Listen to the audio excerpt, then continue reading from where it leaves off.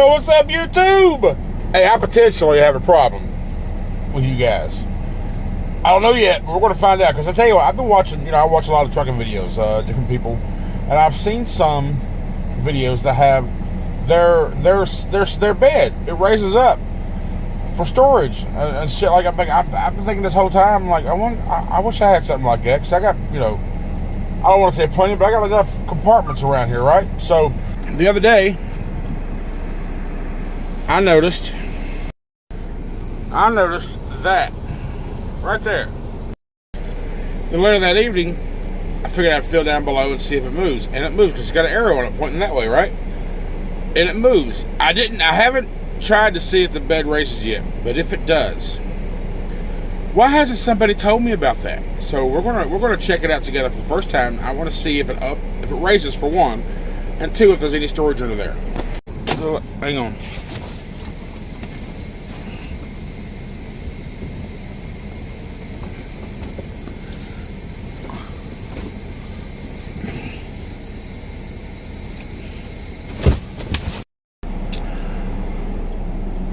Alright, I couldn't do it two hands because it was heavy.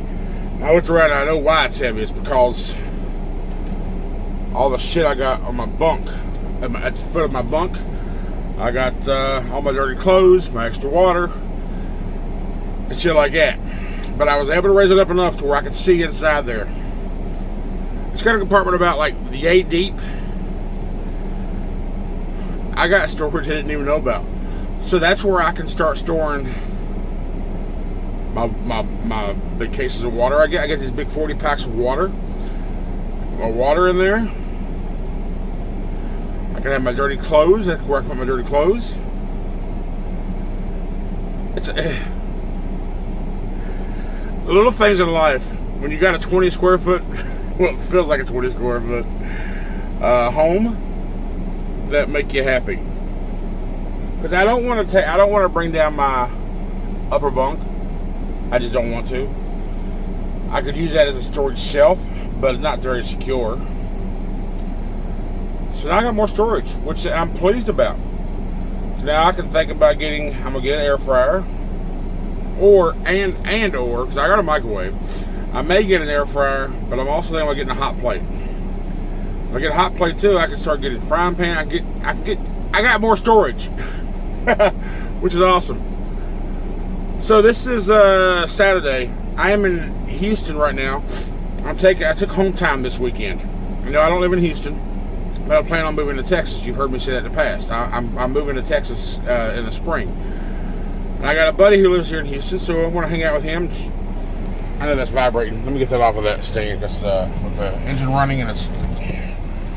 Sorry. With the engine running and it's hot, I'm keeping the engine running. And I know that's vibrating for you, so... I got a buddy. He's gonna pick me up here in about a couple hours when he gets off work. I'm gonna go hang out with him. We're gonna have some drinks and I don't know, dinner, whatever. Me, him, and his family. Finally, me and his been buds for 5 years. We met on YouTube on his channel back when I was doing vape reviews. He actually won my very first giveaway, my 500 subscriber giveaway. And we've gamed since then. We've learned to build coils and mixing and all kind of stuff in the vape world, and just real life shit. We talk a lot, and yeah, he's a good friend. It's gonna be nice to finally meet him and his family, his wife and his 2 kids, Carrington and Mason. I talk to them all the time when we FaceTime and shit, So yeah, it's gonna be good to meet some good friends, and it's gonna be really nice to have a drink. We're gonna stop by. I'm gonna get some bourbon because I love me some bourbon, and I haven't had a drink in. Well, since October, since I left home. I'm ready. So I don't go back to work till Monday morning. I don't report back to my truck till Monday morning. But this is the week of the major Midwest ice storm. I basically lost 3 days of work because of ice in Texas. And I purposely stayed south for the past 3 weeks to avoid winter. And she followed me. Mother Nature finally tracked me down, and she shut me down. Because I won't drive on ice. I won't do it. And that's the great thing about Schneider. They give you that power, that stop work authority, because safety is priority. And if you don't feel safe behind the wheel, you have the authority to park that truck until the time comes to where you feel safe again. And whether I feel safe or not, I just don't drive on ice. I'm not going to do it. I'm not. You can call me a Tinkerbell, whatever you want to call me, but I don't care how good of tires you are, what you have, or what kind of vehicle you have, or how good a driver you are. Ice is undefeated. Mother Nature will shut you down. That's exactly what she did. And I apologize, I didn't put a video up last week. It's kind of a rough week. I barely did like 18, maybe 1,700 miles last week. Hell, this week here, I didn't even do. I barely did 1,100 miles. 1,100. That's all I did. I did do for the month of January 9,500 miles. Now I don't know if that's great. Let me know. What do you think about 9,500 miles in a month? I mean, if you do 2,500 a week, that's about 10,000 or more, 10,000 plus a month. I know that could be better. Especially the couple weeks that I know, like last week I only got like 1,800. This week I only got like barely 1,000 or 1,100. So I get it can be more, but I think it takes about 8.5 years to get the million mile club, and I'm looking forward to that. I would like to get the million mile club. No incidents, no accidents, no failed inspections. I want to keep my safety score perfect, and that part there is up to me. If I don't do a thorough pre-trip, then that's my fault. But I'm beyond my 90 days. Where am I at now? October 24th was my day one with Schneider. Today's February 4th. My first day solo was November 15th. I'm about my 90 days in. I'm almost at my 90 days solo, but I'm 120 days overall. But I'll be honest. I've shown interest. I have been looking into other things, truck driving still, but I have also been looking into lease options. I think right now might be a bad time for that because the load boards are rough. But I'm looking into the process. Not saying I'm going to lease anytime soon, but I'm looking into the process of what it's going to take. And there's a couple companies. And there's a couple companies that I'm looking at. You know, of course, Schneider. Their SFI program is going to be one of them. I think Prime Leasing is going to be one of them.